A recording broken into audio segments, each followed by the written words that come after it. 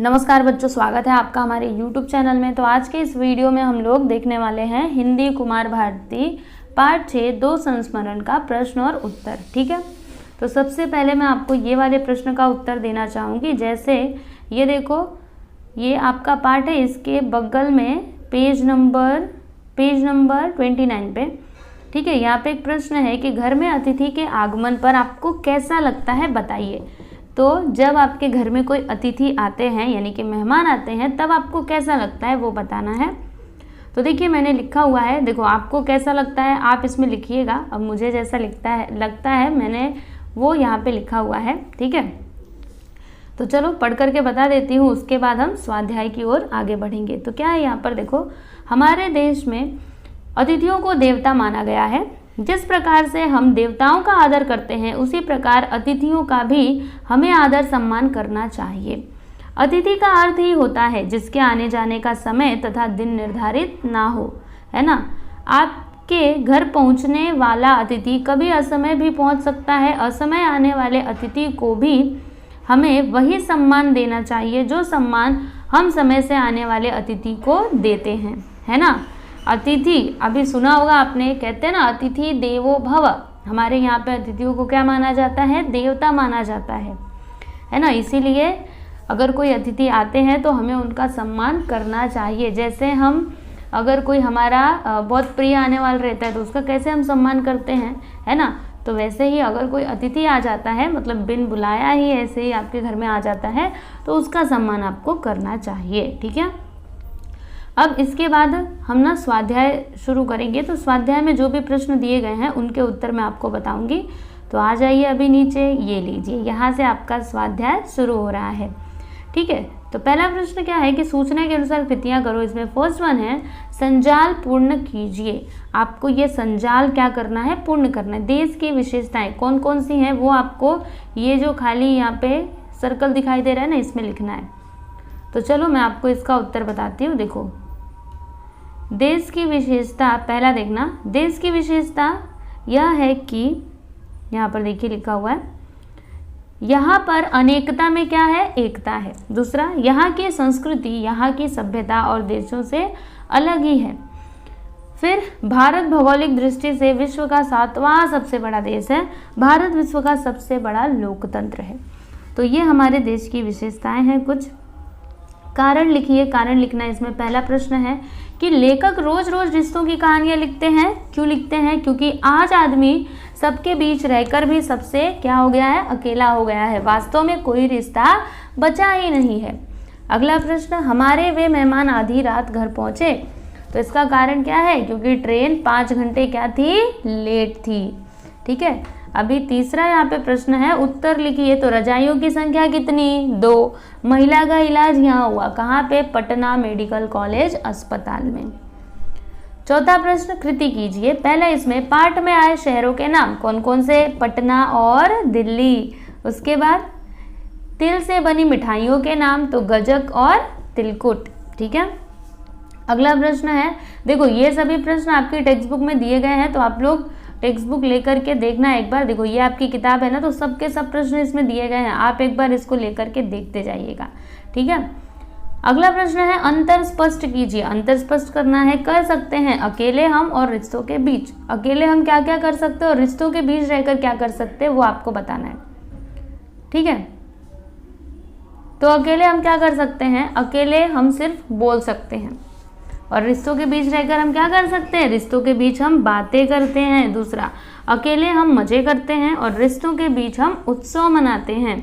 तीसरा, अकेले हम मुस्कुरा सकते हैं और रिश्तों के बीच हम ठहाके लगा सकते हैं, है ना। अकेले जब हम रहते हैं तो बस मुस्कुरा सकते हैं, लेकिन जब हमारे साथ सब लोग रहेंगे तो हम तो क्या करेंगे, ठहाके लगाएंगे, हंसेंगे।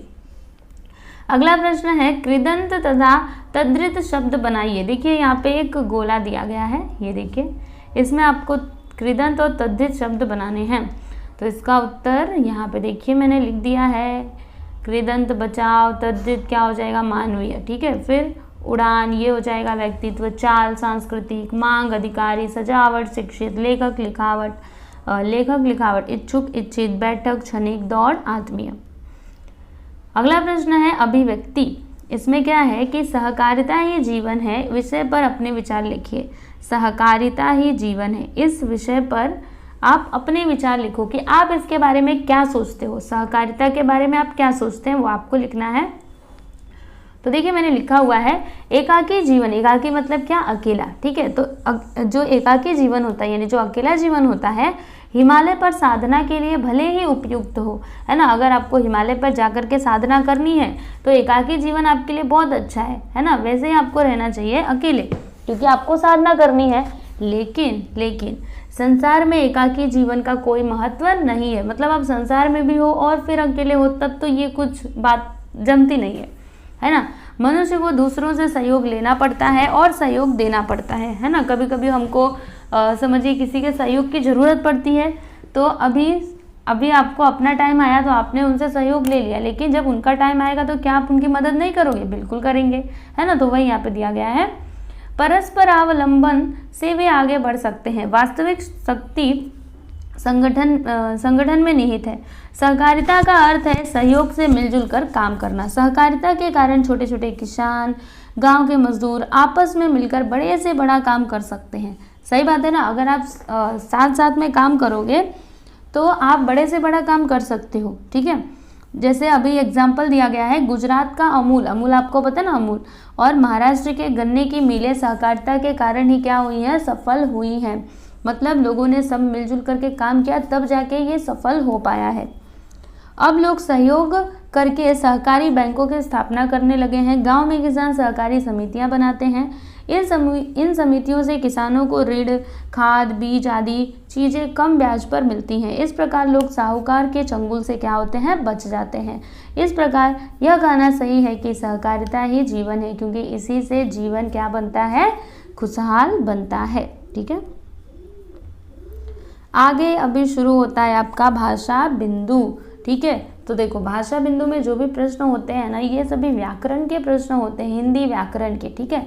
तो अगर आपको हिंदी व्याकरण आता रहेगा, काल आता रहेगा, संधि आता रहेगा, और भी बहुत सारी चीज़ें होती है व्याकरण के अंदर, ठीक है। तो अगर आपको ये सब कुछ आएगा तब भाषा बिंदु तो आप एकदम आराम से कर लोगे। लेकिन अगर आपका व्याकरण कमज़ोर है तब तो आपको परेशानी जरूरी होगी। तो देखो यहाँ पे हम लोग संधि की बात करने वाले हैं ना। अगर आपको संधि नहीं आता है तो आप लोग मुझे कमेंट करके बता सकते हो और बोल सकते हो कि आपको नहीं आता, तो फिर मैं इसके ऊपर भी एक वीडियो बना दूंगी, ठीक है, अगर आप लोग चाहेंगे तो। क्योंकि अगर आता रहेगा तो फिर बना के कुछ फ़ायदा नहीं है, लेकिन अगर नहीं आता है तो आप कमेंट कर सकते हो। चलो प्रश्न देखो, निम्नलिखित संधि विच्छेद की संधि कीजिए और भेद लिखिए। अभी आपको करना क्या है, यहाँ पे ये जो संधि विच्छेद दिया गया है ना, अब आप सोचेंगे ये तो सब कुछ दिया गया है, तो टेक्स्ट बुक किस लिए है, किताब किस लिए है। किताब में देखते हैं,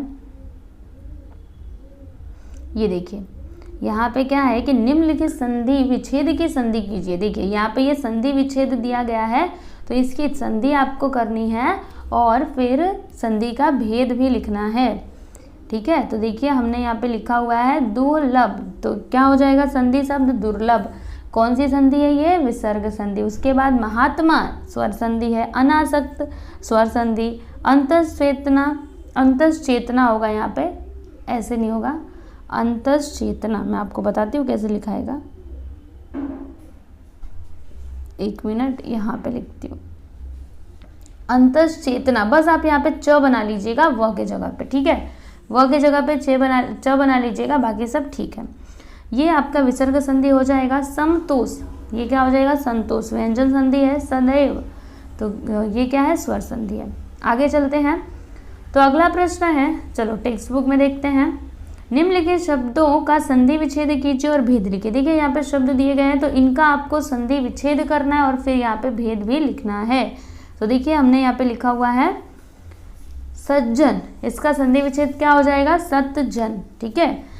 ये कौन सा, इसका भेद क्या है, तो व्यंजन संधि। उसी तरीके से नमस्ते, तो क्या हो जाएगा, नमस्ते, विसर्ग संधि। फिर स्वागत का स्वागत, स्वर संधि। दिग्दर्शक का दिग्दर्शक, व्यंजन संधि। यद्यपि, यदि, अपि, स्वर संधि। दुस्साहस, दुह साहस, दुह धन स्वाहस, ठीक है। तो ये इसका संधि विच्छेद हो गया और ये हो जाएगा आपका विसर्ग संधि। अब आगे बढ़ते हैं, तो आगे क्या है कि निम्नलिखित आकृति में दिए गए शब्दों का विच्छेद कीजिए और संधि के भेद लिखिए। अभी यहाँ पे जो शब्द दिए गए हैं इनका आपको क्या करना है, संधि विच्छेद करना है, विच्छेद करना है और फिर उसका भेद भी लिखना है। तो देखिए हमने किया है, पहला है दिग्गज। तो देखो दिग्गज का विच्छेद क्या हो जाएगा, दिक् धन गज, ठीक है। तो दिग्गज, भेद क्या है, व्यंजन संधि। उसी तरीके से साप्ताहिक, स्वर संधि निश्चल, विसर्ग संधि भानुदय, स्वर संधि निसंदेह, विसर्ग संधि सूर्यास्त, स्वर संधि, ठीक है। तो आप लोग देख लीजिएगा, हर एक शब्द का मैंने यहाँ पे विच्छेद करके लिखा हुआ है। चलो अभी आगे चलते हैं। तो अगला प्रश्न है प्रश्न नंबर 4 के पाठों में आए संधि शब्द छाट कर उनका विच्छेद कीजिए और संधि का भेद लिखिए। अभी पाठ में जो आपके संधि शब्द आए हैं ना, उनको लिखना है और फिर उनका विग्रह भी करना है, मतलब उनको विच्छेद भी करना है और फिर उसका प्रकार भी लिखना है। तो मैंने यहाँ पे सब कुछ लिखा हुआ है। दिग्मंडल का दिक्मंडल, व्यंजन संधि हो जाएगा। आप देख लो ना, एक बार स्क्रीनशॉट ले लो और फिर आराम से पढ़ते रहना।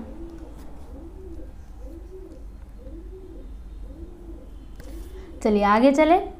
उपयोजित लेखन, इसमें क्या है कि मेरे प्रिय कवि लेखक विषय पर 100 शब्दों में निबंध लिखे। अभी आपको क्या करना है, मतलब 2 यहाँ पे विषय दिया गया, मेरे प्रिय कवि ले लो या फिर मेरे प्रिय लेखक आप ले लो, कुछ भी ले सकते हो। तो इसके ऊपर आपको निबंध लिखना है। तो निबंध तो आपको पता है ना, 1 से 1.5 पेज का लिखा जाता है, वैसे 2 पेज का भी निबंध चाहे आप जितना बड़ा लिख सकते हो लिखिए। मैं तो आपको बोलूँगी कि पेपर में क्या करना, सबसे पहले सारे प्रश्न उत्तर खत्म करना, सब कुछ खत्म कर लेना और निबंध एकदम लास्ट में लिखना। और जितना समय बच्चे सब में ना, मतलब सबका यूज़ आप निबंध लिखने के लिए ही कर लेना। सब पेपर होने के बाद फिर बैठिए निबंध लिखने और आराम से सोच सोच करके आप निबंध लिखते जाइए। तो देखिए यहाँ पे निबंध लिखा हुआ है मैंने। मेरे सबसे प्रिय लेखक आचार्य रामचंद्र शुक्ल हैं।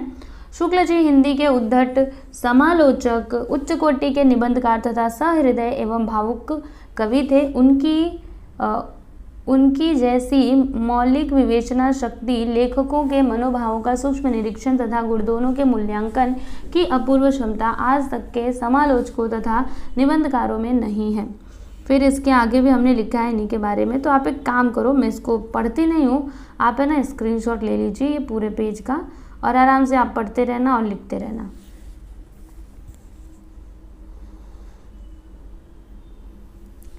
तो देखिए बच्चों, यहाँ पे हमने पाठ 6 2 संस्मरण का प्रश्न और उत्तर समाप्त कर लिया है। ठीक है, सभी प्रश्नों के उत्तर मैंने आपको बता दिए हैं, तो आप लोग लिख लीजिएगा और अच्छे से पढ़ाई करिए। अभी हम लोग अगले वीडियो में मिलते हैं। धन्यवाद।